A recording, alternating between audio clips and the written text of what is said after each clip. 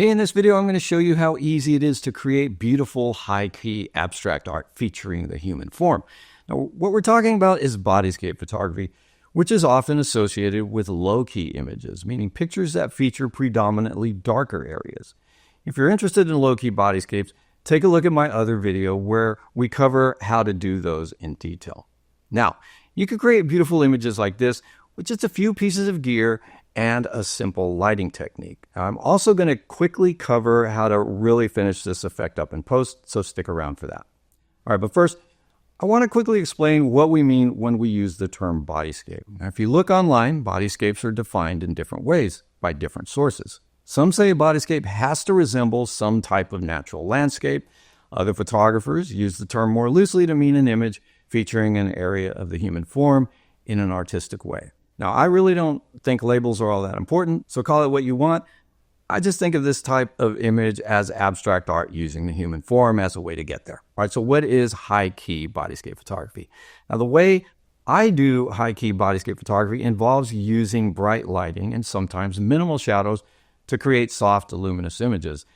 This is different from the deep shadows and dramatic contrast of low-key bodyscapes. So high-key bodyscapes emphasize light and subtlety, usually with a clean and airy aesthetic. Now, this style of lighting and post-processing can also be pretty popular with clients who want artistic nudes that feel elegant and abstract rather than overly personal. For instance, a client might request tasteful images that they can display at home without drawing attention to themselves as the subject. Now, I've had some clients tell me that that was exactly their intention for some of this type of work that I've done for them. All right, so here's what you're going to need for these kind of images. Of course, you're going to need a camera and a good lens, and typically I recommend going with a 50mm or an 85mm or something even longer if you've got the space to work with. This way you can keep to a comfortable working distance from the model and get good framing for your shots. Now, you can definitely use a kit lens or a slightly softer lens for this type of bodyscape too, but a better lens tends to result in better images. Now, you're also going to need a couple of background lights, and just to put this out there, you don't need high-powered strobes for any of this. You can use basic speed lights if that's what you've got to work with. They're going to do just fine. And actually, that's exactly what I use to teach you in my Bodyscapes training package. And you can learn all about bodyscapes and figure photography and learn several different lighting and posing techniques with this bundle. And that includes creating amazing bodyscapes with just one light as well as multiple lights if you'd like. Plus, you're going to learn the simple post-processing techniques that I use for some really nice effects. So check out my 2 ebook bundle that covers everything you need to know. There's even some very useful bonuses included that are really going to help you out. Now, the link is in the description below. Now, those 2 speed lights we talked about, you're going to use them for your background lights, and we're also going to use a key light for some of these shots. And we want our key light to be modified with something like a shoot-through umbrella or a softbox. Now, the key light can also be a basic speed light. Again, it doesn't have to be a high-powered strobe.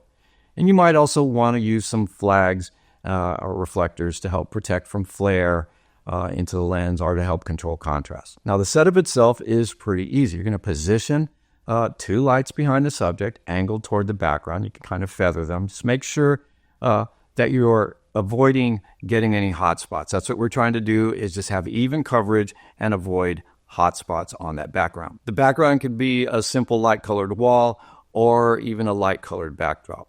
What you're going to do next is you're going to place the key light in front of the subject, slightly above and to one side, to make sure that you get that soft, natural illumination. The subject's going to stand a few feet forward of the background. As far as camera and light settings, these are the settings that I'd stick with, but this is only an example, okay? You might need different settings for your setup. For me, shutter speed is going to be 1/250th of a second because that's my camera's normal flash sync speed. My aperture is going to be f8 or f9 because I want to retain some detail and texture. My ISO is going to be 100 for clean, noise-free images, usually, because just as a side note, sometimes with images like this, a little noise is actually a good thing. And if you don't get it by using high ISOs, you can always dial it in or add grain in post. Now, with the background lights, I usually start with 1/4 power for those speed lights and then adjust as needed to create a bright, even background. The key light, I just want to make sure that it's powerful enough to illuminate the subject without blowing out details. I'm going to take some test shots, make some adjustments until I get what I like. Now, real quick, I always like to mention how I prefer to work with models. And one of the things that I like to remind the model about for shoots like this is to not wear tight-fitting clothing prior to arriving for the shoot, because it leaves marks. And sometimes it takes a while for those marks to stop showing on the skin. Also, you want to make sure that the model's got water and snacks and a robe with her for breaks. Of course, you do want to make sure that where you're shooting is somewhat private so that the model and you don't feel weird about other people hanging around the set. Now, here's some shooting tips. One thing you want to do is monitor light spill. So check for unintended highlights or lens flare caused by the background light. Just take some shots, look at your test shots, and see if this is happening. And if you are having that problem, sometimes just a little adjustment of the angle of the lights or using flags can help.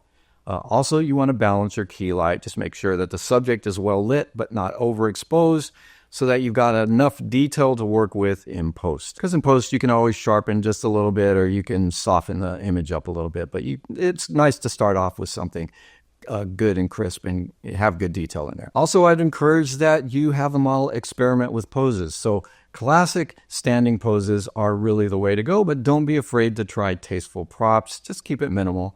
And try some creative movements. And I will say a lot of that is going to come down to the model's experience with figure poses. And that's another thing that I cover in my Bodyscapes training package. That's finding the right models, working with those models, and there's lots of other tips when it comes to dealing with models for this type of work. All right, let's talk about editing or post-processing. All right, so once your shots are imported into Lightroom or Photoshop, honestly, for me, most of this is really done in Lightroom. Photoshop is just for like those very final, very specific, precise touches. So once you get your shots in editing, here's what you can do. Use creative cropping. That's just kind of a given. Look for interesting sections of the frame to emphasize and crop to. So even if you shot more of a figure than a bodyscape, you can zero in on a section to create a nice abstract. You're also probably going to want to adjust exposure and contrast. This will help you enhance the brightness of the background while maintaining detail in the subject. And another thing that I like to do in post is experiment with tints. So subtle color tones or sepia effects can really add a lot to some of these images. And if you don't want to do that, black and white is always a strong choice. You can also add softness, maybe experiment with the clarity and texture sliders to create a dreamy, ethereal quality. Now here's a variation that you might want to try. Just don't use a key light on the subject and just rely on the background lights and the residual room bounce of that lighting in your shots. This way the subject's at least a little bit underexposed so that when you bring the images into post, you can bump up the exposure as much as you like and you can get looks like this. Now notice the way that the background light starts wrapping around when you do this, and this is probably where you're going to introduce some noise because of those adjustments, and you might like, the feel of something like this. So high-key bodyscape photography has a lot going for it, and if you practice with it, you're going to expand your creative toolkit and be able to offer your clients a broader range of artistic styles. Now, I'm going to remind you again, don't forget to check out my guides. They're going to help get you up and running very quickly. And there are tons of reference images in there to help you communicate poses and looks to your models. Plus, you're going to learn all about several other lighting techniques that are just as easy to do as the ones I showed you in this video. Some of them probably a little easier. All right, don't forget to like, subscribe, and comment. That's about all I've got for you today. See you next time.